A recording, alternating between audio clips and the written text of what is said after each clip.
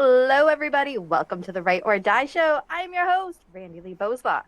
On the show, we interview other writers and we talk about mental health from their personal journeys. If you have not already hit that like and subscribe button, go ahead, do that now so that you never miss an episode. Hi, welcome to one of our bonus episodes for the year. I'm recorded. I know we're having so many and it's super exciting. I know, it's great. The other thing that's great about today is our guest, DC Gomez. Hello. Hello, dear. How are you? I am fantastic. How are you? I'm good. It's always so much fun chatting with you. So I couldn't wait. It's been one of the highlights of the day. I'm like, yes, it's going to be fabulous. I know. I was like, oh, I haven't talked to you in a while. This is great. I love that. It's been a minute. Right? We gotta get that fixed. Oh wait, we are right now. So tell everybody a little bit about who you are. So DC Gomez, as Miss Randi said, I am an urban fantasy author, and I kind of call an urban fantasy author who dabbles under genres. I think that's probably the more accurate than a multi-genre author. I think I have to be much more true to myself because the majority of the books I write is urban fantasy. And I'm truly tend to describe myself as a very quirky author that just enjoys creating books just to entertain and get people to really have a great time. So I'm glad to be here. Awesome. Okay, so that's what you do, but like, who are you? This is the hardest question of the whole thing. God, that's a tough one. Who am I? I feel like I should be doing meditations because that's usually one of those big soul questions we ask ourselves. It is. Who am I kind of things. So that's why it's the hardest one. Questions, who am I? All the time. Usually when I go down the list of who am I try to find myself as I am a creative being living as much of my purpose as possible. So I try to be focused into that and kind of bringing all those aspects together. So I bring creativity and spirituality into the world in a very fun and loving way. So that's kind of who I am. She's a creative soul trying to live the dream. I like that. See, that's who you are. And then it definitely is reflected in what you do. Put all those pieces together. Exactly. It's like a puzzle, and it's like this goes here, and sometimes they overlap too. We're not saying our puzzle pieces have to match up perfectly. Sometimes they overlap even. It's fine. I got a couple holes in my puzzle. It's fine. So take us back in your journey. I know that you've had issues with depression in the past, so take us a little bit back in your journey, wherever it is you want to start. I think one of the places that I usually start is when I decided to start being a writer. And I think that's the part that it kind of all clicks together. So when I finally decided to do writing professionally, I found myself in that place. And I think we all, to some extent, have those places in our lives that kind of really define us. That I really hated everything I was doing. I was in an extremely dark place, pretty much suffering from depressions and very much even some bipolar, tendencies. But I was living the dream, I was living the American dream. I had like the job that people said you were supposed to have. I was doing all the right things and I hated it all. So I have suffered from, different issues after my thyroid cancer. So things just kind of go up and down. So I understand. I didn't know you had that. I normally don't. I tell people my thyroid had a really bad year, so I normally don't talk about it. So, oh my, they had really bad years. So. Yeah, that is what my grandma had originally. And then they took it out, whatever. And a few years later, she had a different. Well, I don't know if it was cancer that came back, but she had a tumor that came back that I don't know if it was cancerous or not. But either way, it was like where it was located. It was impossible to get rid of. Thyroids are interesting because we all hear about like your appendix. I was like, how come growing up nobody talked about my thyroid? Like nobody talked about the thing that can actually kill me and how bad it could be. So you join these roller coasters of hormones. You join this battle of not feeling like yourself and not sure what to do and not having people understand it. Like there's not a lot of research. At least there wasn't when I had it. There was not a lot of information. So how long are we talking? And it's interesting. 15 years, believe it or not. Okay, yeah. So yeah, it's been a minute. Yeah. Well, it's So, fantastic. and it's 15 years. There you go. But it's been 15 years of trying to maneuver a landfill of emotions and responsibilities and hormones.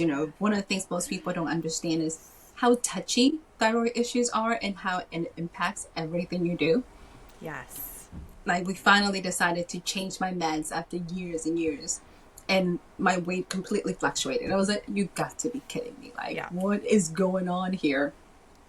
But finding myself in that space, 8 years after having thyroid cancers and trying to figure out, what am I doing? What is life supposed to be? Why do I feel miserable and nothing is helping? And that's kind of where I started writing.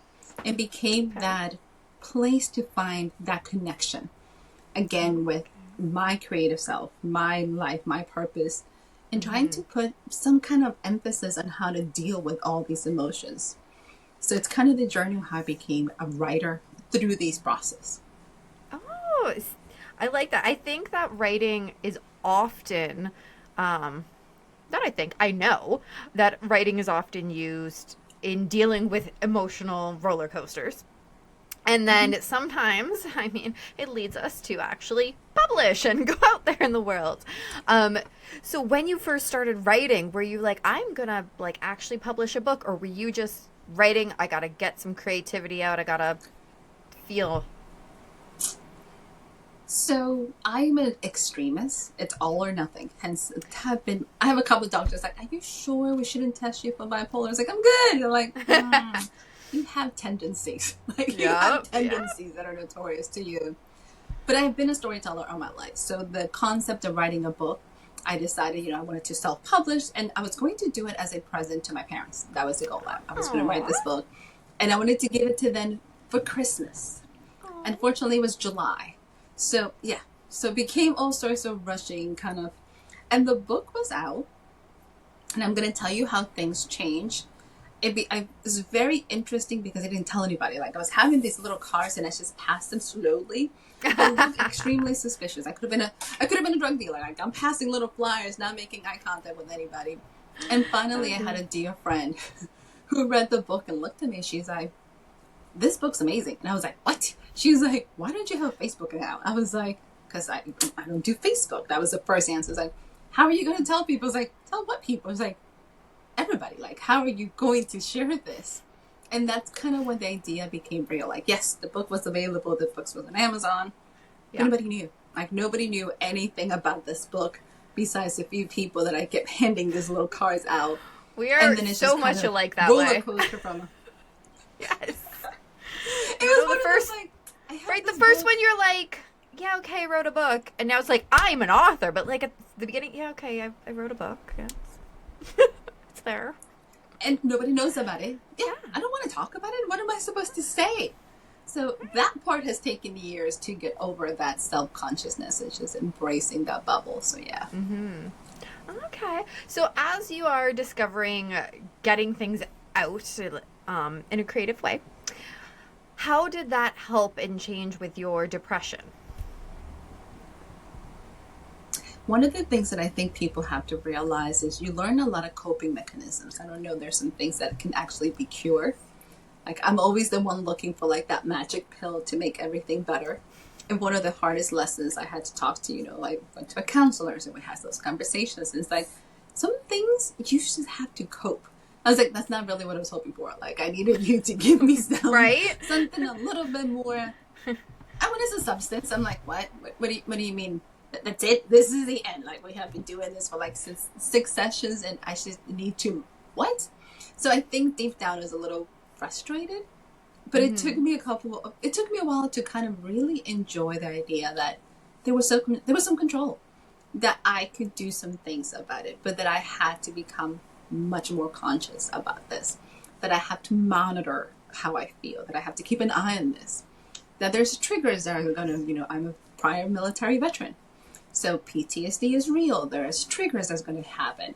There's all these things that I can pretend to ignore, but that they're there. So I had to become very mindful. So I started meditating. I started doing a lot more health consciousness to truly be in touch with it. It doesn't mean everything's rainbows and sunshines, but I'm very actively aware.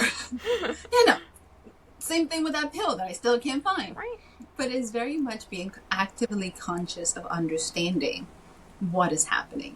What I took antidepressants when we were transitioning from thyroids to see if I can get something level. Because you know what your body's supposed to feel when you're good. You know when your body feels when you're off. To get that back into some semi-consciousness. And then having to figure out what is your new normal feel like? What is this understand? It's like aging. Like I hit 40s and now I'm having to figure out, I was like, ooh, there's a creak in my neck. Things hurt that wasn't hurting before. Right? Oh no, they're snapping. Why am I crackling? Yes. I feel like, crispy chicken or popcorn on a daily basis. I was like, what is all these weird sounds? Right. But it's also enjoying the journey that things will change. You're not going to stay in your 20s forever. And some things do get better. But being much more conscious and being aware has become like life-changing. Okay, so I'm really enjoying this. Nobody has brought this up in quite some time. So let's talk about it a little bit longer, because I like that idea of staying conscious. It's something that is free. Really, really hard to do, at least I know for me.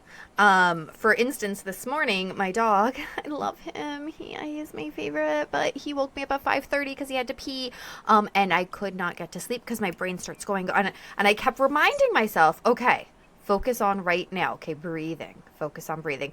Oh, but then later when I get to work, no. Focus on breathing. Because oftentimes when I'm trying to fall asleep at night, if I focus on the breathing, I will fall asleep. So I'm trying to bring myself back. Okay. Oh, but then after work, I have to make sure to go and do it. And I'm like, nope.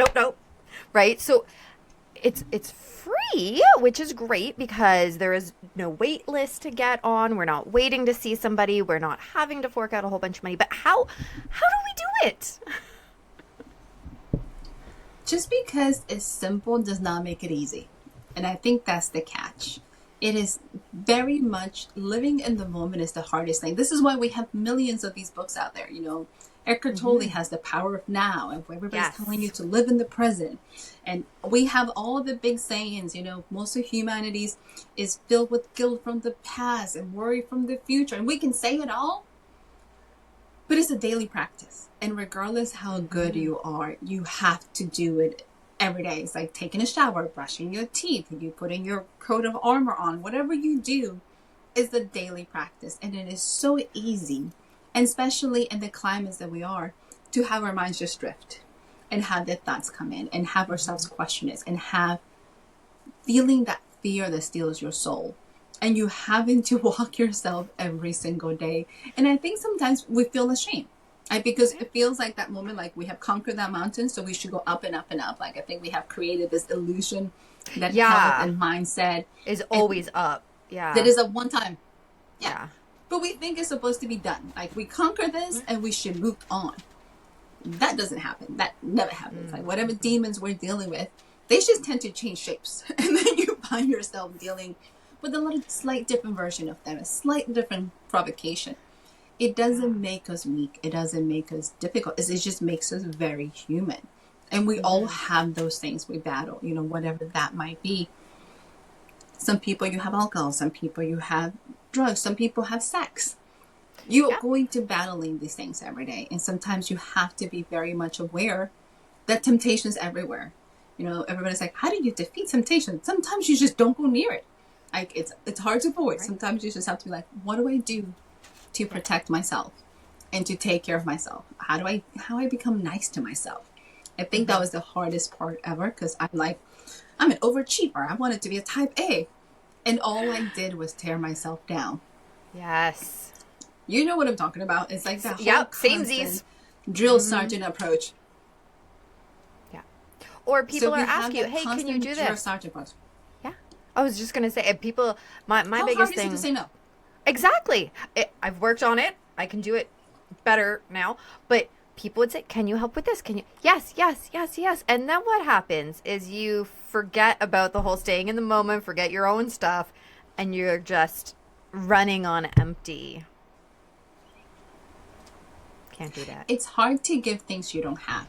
And it's hard to Yes. give compassion when you don't have it for yourself. It is also really hard to make good decisions when you're tired. So Yes. here's the hardest part is we become really good at blaming others for our decisions because we're mad at somebody who asked for help even when we said yes. I'm like, you could have said no.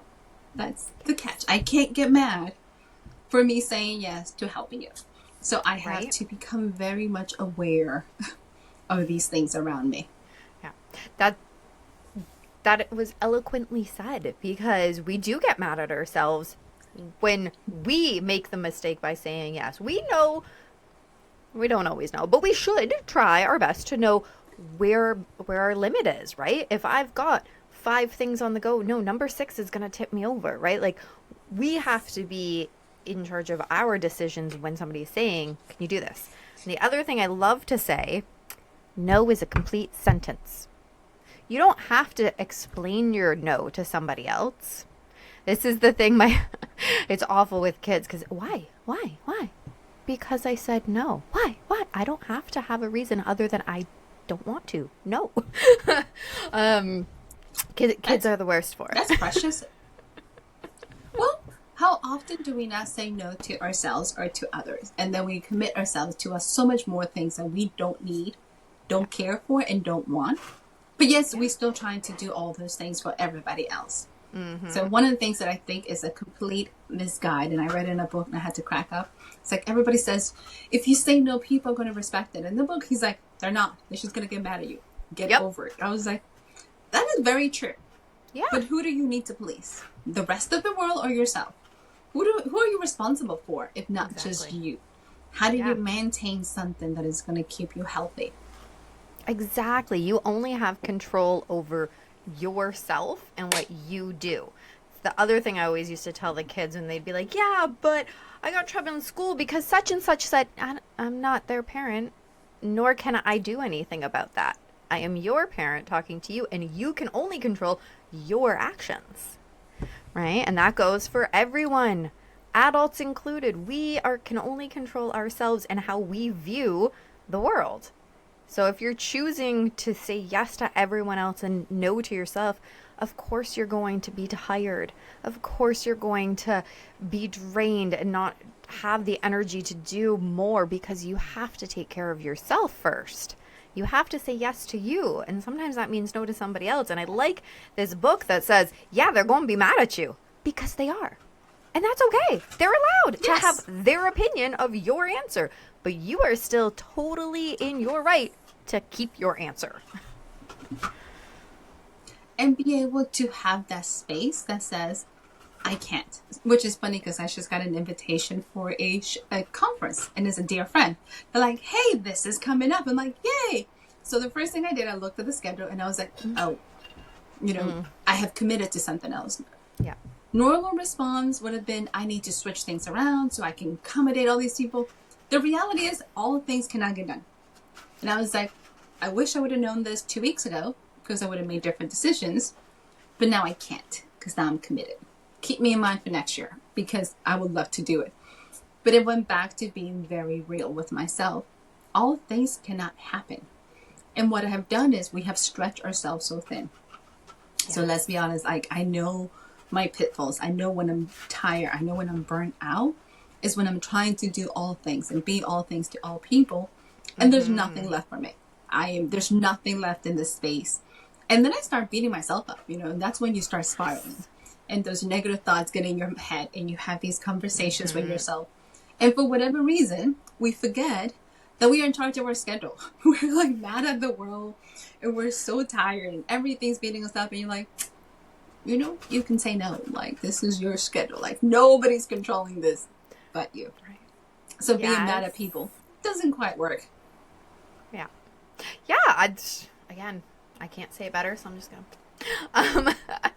So when you learned this and continue to learn it, because I feel like this is, and you've said it, it's an everyday process. We have to continuously remind ourselves of these things. What is any of the other kind of strategies that maybe stand out to you that have really helped you with your journey? One of the things that came to mind, and I want everybody, if you ever had a medical procedure and you have gone under, like giving you any kind of anesthetics, the one thing they tell you is, do not sign any legal documents or make any hard decisions during the day for 24 hours. Yes. And to me, that always stood out. I was like, okay. So the medical community tells you when they give you something hard that you should not be making decisions because they're not going to be wise. Why do we continue to make life and death decisions when we're exhausted, when we're tired, when we know we're down, when we're depressed? Those are the same connections. I'm like, if the doctor says you shouldn't make it, why are you making those decisions when you're in the same state that you created? I was like, I've never thought of that before. Like, you just awed me because I've never thought of that before. I 100% agree. And it's funny because I just had a nerve ablation about 2 weeks ago. By the time we air, it's like a month ago, but whatever. 2 weeks ago-ish. And so for those of you who don't know, quick thing about what a nerve ablation is. It's in my sacroiliac joints, that's your hips. And they stick 6 big, long, ouchy needles into my spine, burn the nerves there, and then I get to go about my day in lots of pain. And one of the things on the sheet that they give you, the do's and don'ts, right, which I handed to my kid so this is about the 5th time I've had it done. So of course I know the routine and whatever, so I don't read the sheet anymore because I know what to expect now. So I handed it to my kid because you have to have a driver home, and she goes, don't make any big life decisions. And I was like, oh yeah, that's right. And why? Because you are exhausted. You are in pain. You will not make good decisions at that point. You are not in a place mentally to handle anything else. All you're in a place to do is lay down, put some ice on, and relax. And I had never considered before what you said. When you are exhausted in your brain, it is the same thing. So here's another one that's going to be really, so Warren Buffett, we talk about money, Warren Buffett comes into mind. He says to any brand new investors, if you have no idea what to do with your money, do nothing. And I'm like, we go back to that same start place. Why are we continuing to making decisions in a place that we are officially drowning? So we joke with people, when you're in a hole, stop digging, just stop digging. Right. This is what we do. We continue to make these decisions. We continue to put ourselves in situations that sound like a good idea. It's like, if you were not in this place of mindset, would you have said yes to that? And they were like, well, no. Like, then why did you do it now? It is okay for you to be like, let me get back with you. I have to go think about it. Or even better, I have to go ask somebody. Anybody. They don't need to know who you're asking. You can be asking, your mother. Doesn't matter. Yeah, they don't need to know. It is okay to call a friend. This is the part that I have learned really hard. That's just because people are asking, something has to get done. The decision doesn't have to be made right now. I can give myself 24 to 48 hours to make those decisions. I can look at a problem differently. I can give myself grace to be like, I can't handle that. I am officially not in a state mentally to process all of that. And I can sleep on it. And that has changed a lot of things because usually we rush about it. If you give yourself 24 hours to 40 hours to separate from yourself from that situation, you'd be surprised the whole revelations you see, and you can think a lot more comfortably. If somebody's trying to force you, then you don't need to be in my circle. If you need something now, we have some other situations because that's not something healthy. So techniques to me is major decisions do not take place if I'm exhausted. Especially I make really good decisions in the morning.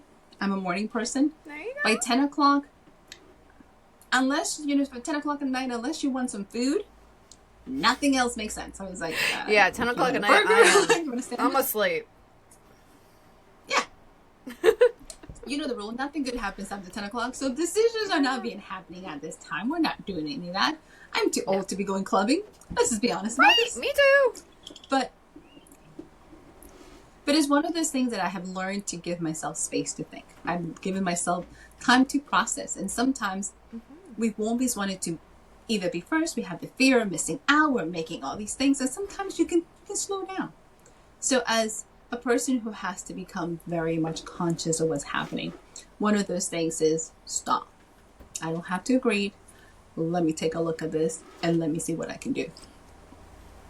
I love that. I started doing that when dealing with the school because I had to, they would always ask you to make decisions for my kid, my younger one that has autism, right away. And I'm like, no, because every time I do that, it doesn't end well. So I started saying, I need time to think. They didn't like that, but I owned it and I said, Yep. not making it right now. I have to get better at owning that for like myself. But it's a work in progress. Well, Life is a work in progress. Just think about it. We're really good at defending the people we love. We're really good Yes. at standing up for the people we know need defending. We have never seen ourselves as those people. So we never look at ourselves as the person that needs defending, or the person that needs protection, or the person that should come first. So when it's time for us, we will give everything to take care of our families, but we don't do the same thing for ourselves. So that's always a hard situation for us to look at, which is the reason that we burn ourselves out. We do all things to all people. We are trying to manage the world, and then we're tired. And it's just a never-ending cycle. Yeah, exactly. So if you were to say to somebody right now who is looking pretty exhausted, and they're still going, they're still pushing through, what would be a piece of wisdom for them? It's going to be one of those things that nobody wants to hear. Is A, take a nap. That's number one. Take a nap. Then number two, take yourself on a date. You want to hear somebody who's overworked. So here's the reality. You want to know if you're overworked and you're not appreciating your life if you ask somebody, when's the last time you did something fun for yourself? And they can't think about it. That's when you realize you have run yourself ragged. It's a really easy test. So you need a nap because you're tired. You need a good meal. So that's my dad's always option. Go take yourself on a date and go have a really good dinner, whatever your favorite food is. Yeah. But take yourself on a date. And it's just you and your favorite whatever. It can be a tablet. It can be a book. It can be a puzzle. Pen and paper. Whatever. Think about it. It can be anything. You can go to the movies. You can go to the park. You can just sit in a pool and watch whatever that makes you happy. But give yourself average date time, 3 to 4 hours. And see how long it takes you to relax. If you're not able to relax, you have not learned how to unplug, which is horrible. So most of us do not know how to unplug. Like when I go on vacation, the first 3 days takes me forever to disconnect. Yes. Because my mind is still doing that. Mm-hmm. I'm pinning, I'm running, I'm trying to, oh my God, did I do everything? It takes me 3 days. At the 4th day, I finally feel like I have to breathe, and I'm like, I am tired. Like everything comes crashing down, and you're just like, what have I been doing? And then on the 5th day, you enjoy yourself, and you're just like, I know better. Why am I treating myself this way? Why am I doing this all the time? But it's easy to get in the cycle. And it's not the rat race. It's not the cycle of just work. It's a mental exhaustion. It is the cycle of us trying to, some of us pretend to have everything figured out. Some of us pretend that life is perfect. Some of us are just tired because we're trying to cope with so much. So we are here every single day, just running, and never being good to ourselves. So yeah. Leave the wall alone, kitty. So this is Binks, everyone. She is the newest addition to the house. Very adorable. She's like about 8 months old now. And she is enjoying wrecking my walls. Binksy. Yeah, I'm talking to you. She's a troublemaker. Oh my God, that look. Right? She's like, what are you talking about? Mm-hmm. It was perfect. I was like, Mom, I don't know. Yeah, she's like, I don't know what you're talking about. I was just hanging out here. Right? I did nothing. I didn't touch your walls. Okay, so unless you have anything else to say on this topic, tell us about your books. So I have, and I think it goes perfectly to our discussion, I have a new project going on that is super exciting and a tad bit terrifying. So you're probably the first person that I make a public announcement at this level. So one of the things we talked about, how So we talked about, and it goes back to our mental state. It goes back to our depression. It goes back to how we feel we're given back to the universe. I'm very much aware that, Elizabeth Gilbert said we as writers do brain candy. That's what we do. So as a writer, and you're thinking about, regardless in the world that we are, there's chaos, there's confusion, there's fears, there's all these turmoils. What do we add to the narrative as an author? What are we bringing to the world that can bring up some peace and some joy? So one of the things, I was at a mastermind convention in New Orleans with a group of authors, and they asked, everybody needs some focus. So that's kind of my reality. Like, I need some focus. I need a goal, and I need something that's going to be grounding me back. So the challenge is, for anybody, I write obviously urban fantasy. One of my characters happens to be Constantine. That is a 5-dozen-year-old talking cat. So Constantine and I, he's so awesome. So Constantine and I have a challenge for this year. So we are doing from April to April. We want to give away 1 million free books of Desk Intern. I don't know if anybody can see it in the corner, which is the book that got me out of my own world. So when I started writing, these characters became my family. These characters became a very easy way to escape all the issues that I was having, and kind of giving me a focus. I want to share that with the world. Like, I want to give people that joy. So Desk Intern, this is our goal for this year, is to give away 1 million of Desk Intern. It is available everywhere for free. So you can download it from your favorite, whatever you want. If you're on Amazon, Barnes & Nobles, Kobo, whatever you read and enjoy. So we're looking to give away 1 million ebooks to anybody. There is no special prize. You don't have to sign up for anything. If you can share with other people, that would be great. So the goal is, everybody needs a little Constantine in your life. So when things are kind of crappy, pick up a book. You need a book with a talking cat, a little bit of magic, a little bit of sass. Save the world from the corner of your home. I read Death's Intern a bit ago now. And if anyone is looking to find out if it was a good book or not, go check out my review. I'm always very honest with them. But heads up, I loved it. And I would like the next part, and the next part, and the next part, and the So we can talk to Mickey about that. The series, you need to give him a call. So this series is complete.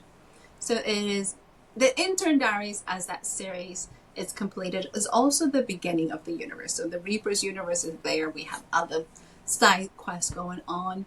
So this has 5 novels, which ends with Judgment Day, because if you have a series about, the horsemen of the apocalypse, there should be some kind of apocalyptic possible dilemma. Yeah. So when Judgment Day came out, so it's been 5 years for everybody who's curious, it was right before COVID. So if you can imagine trying to promote a book called Judgment Day, and then we go into shutdown, yeah, that was probably not the best marketing campaign I had in a very long time. It's like, oh. So then I had to put in parentheses, like, the book. Everywhere is like Judgment Day is coming, the book. So this is kind of our super crazy. So yeah, so our goal for this year is definitely to start promoting death and just kind of sharing some joy. I think sometimes we need an escape, and books have a great way of doing that. You especially get to meet Isis and Constantine.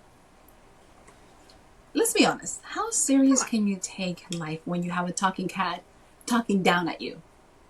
Right? So, he was definitely my favorite character, hands down. I mean, obviously. I think most people's favorite character is Constantine, because he says the things we want to hear, or the things we're thinking about, and he just points it out to you, like, really? So his joke with Isis, like, have you heard of a gym? Like, why are you so out of shape? And she's like, you were evil. It's like, you were in the military. What's wrong with you? And she just looks at him like, I'm a musician. Why are you being mean to me? So people get a whole taste of laughter. I love it. And it's a really easy read. I think, especially for us parents, it can be real hard to get our teens to read a book. It's perfect for them. I mean, it's perfect for adults too, because I personally, when I pick up a book, I don't want to think too hard. I'm doing it because I want to enjoy it.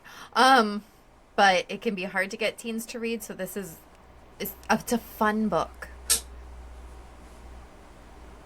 You have actions, you have tons of it. It's very age appropriate, all the way up to freshman, eighth grader. But it's also action packed. The one thing people ask, like, does it have any romance? I was like, no, I'm sorry. She's busy Which saving I kidnapping, appreciate, so I think actually. you should give her. Yeah. She's busy. And by the way, the book takes place in a week. There's no time for romance. Who is she going to fall in love with? Right, exactly. We are far too busy getting annoyed by a talking cat and, like, trying to stop things. She has literally a week. Please leave her alone. She'll get better. Right? All right. So, yeah, April to April. This is perfect. You are going to give away 1 million copies. That's intern. And then you're going to hook everybody like I am. And I love it. So, everybody go and pick up your copy. I mean, it's free. Just go do it. Give yourself something to escape with. Great date night, too. Exactly. And not to overshadow what you are doing, because that is amazing, and everybody go pick that up. But last summer, I read the Cat Lady Special while I was camping. And I have to tell you, because I clearly I love cats, right? It's not what I was expecting. It was far better. And I think in the first 2 chapters, I was reading it silently, right? And I was like, this is hilarious. And I started telling my mom about it because we were camping together. And she's like, that sounds hilarious. So then I ended up having to read it aloud the rest of the weekend so my mom could do it with me. And so we both loved it. But I just thought it was so funny because I'm telling her, and this lady, and this is, I don't want to give it away, right? But I'm telling her, and she goes, oh, that sounds so interesting. Read it out loud. I want to hear it. So we're sitting by the campfire, got the flashlight, I'm just reading it. It's great. Oh my God. So Angela's, for anybody who's interested, it starts very dark. And I think because as a writer, I have a very dark sense of humor. I don't think I realized how dark it started into a dear friend of mine who happens to be a psychologist. Is like, you started in the middle of a suicide. And I was like, whoa, my bad. It was, it was perfect. It needed to. It was good, but it needed to start there. So she is, like many of us, let's be honest, like, my stories always have like that knock on the door that's going to change your life. But she had found herself, rock bottom. What do you do? What is there left? And she finding, how do you pick yourself up? How do you bring yourself up? And her options were not many. Let's just put it that way. Yeah. So the tagline is from cat lady to arms dealer. And you'd be surprised how many people just stop and go like, what? And I was like, let me tell you about this. Because everybody's like, you're serious. I was like, it's really funny. So yes. It is. I don't think people were expecting it. So yes. Yeah. So I really wanted to tell you that because it was, I enjoyed it, but the fact that my mom's like, read it out loud to me, like that was just, it was so good. So yeah, but we're going to focus on Death's Intern, everybody, because we want to get 1 million out there. But I mean, if you like reading it, then go and buy or go and get the other books from you. So yeah. You got plenty. We will keep you busy. If you enjoy quirky characters and lots of actions and a bunch of shenanigans, I have books, and you can pick fantasies like in the urban side, or you can pick Cat Lady and just have a blast in contemporary fiction in small towns with a bunch of crazy old ladies selling guns. I love it. So yes, it's probably in my top 10 books ever. Like, it's just so hilarious. I just love it. You need to tell Mickey to send you a Desperate Cat Lady, by the way. Okay. Book 2. Excellent. I will definitely do that. So he just sent me a different series. So once I finish that, I'm there. Let him know. So we know where to go and get your books, but where do people follow you? I am on Facebook for anybody who's interested. So it is dcgomez.author. I have to remember what that was. So on Facebook, you can also find me on TikTok and Instagram. So my Instagram, for everybody, is just kind of warnings. Constantine has taken it over, so you're going to see more pictures of Constantine than anything, because according to Constantine, I'm horrible at marketing. So he has decided that he needed to step in and save me from myself. So you'll be seeing a little bit more posts from Constantine than me. Be prepared. And Instagram is dc.gomez, so super easy. Yeah, so Constantine has funny in that way. So yes, for anybody who is looking to find me, just look for my website, dcgomez-author.com, and it'll take you to my handle. So that's probably the easiest way.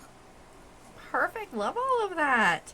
I finally got her cuddled up with me, and now I am trapped here forever because that's what cats do, and that's okay. Just 'cause, you have so many cat characters in your books, and I love that very much. I have cats around the house. You don't worry about it. They understand. Right. And you have your own show. I do. We're getting ready to launch this season. So Inside the Minds of Author, the podcast. We're also going to start going live on YouTube. So this is going to be an interesting year because I've never actually done the podcast live. So I figured it would be kind of fun to watch authors and just give it a little sass. It's season number 5, I think, or 6 that we're getting ready. So we're trying to something a little new, something kind of fun. So here we are. So it's always interesting to change things up. And hopefully, of course, the new concept works well with people. I love that. And where are people going to listen? For podcasting, it is super fun in any of your major podcasting stations. So if you are enjoying Apple, Spotify, if you like Amazon Music, you can find it anywhere. So it's Inside the Minds of Authors. I was pretty happy that I'm like, oh, you can find it anywhere and just enjoy yourself. And on my website, which is also very fun. Perfect.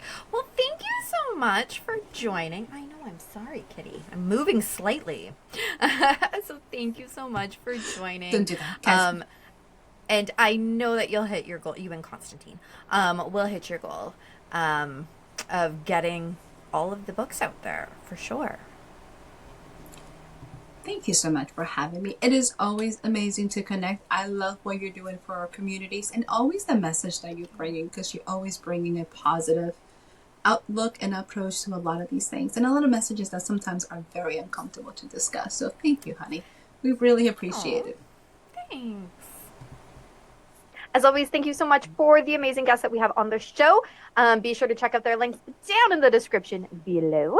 If you want to support the channel, go ahead and check out our merch store. We've got some very cool things on there. That's my favorite. Sorry, I'm busy ending the stigma. But there's some other very cool designs. 10% of the proceeds always goes back to the Canadian Mental Health Association. Be sure to follow us on Facebook at RB Media because we have some great new shows coming up and you never want to miss any of those episodes.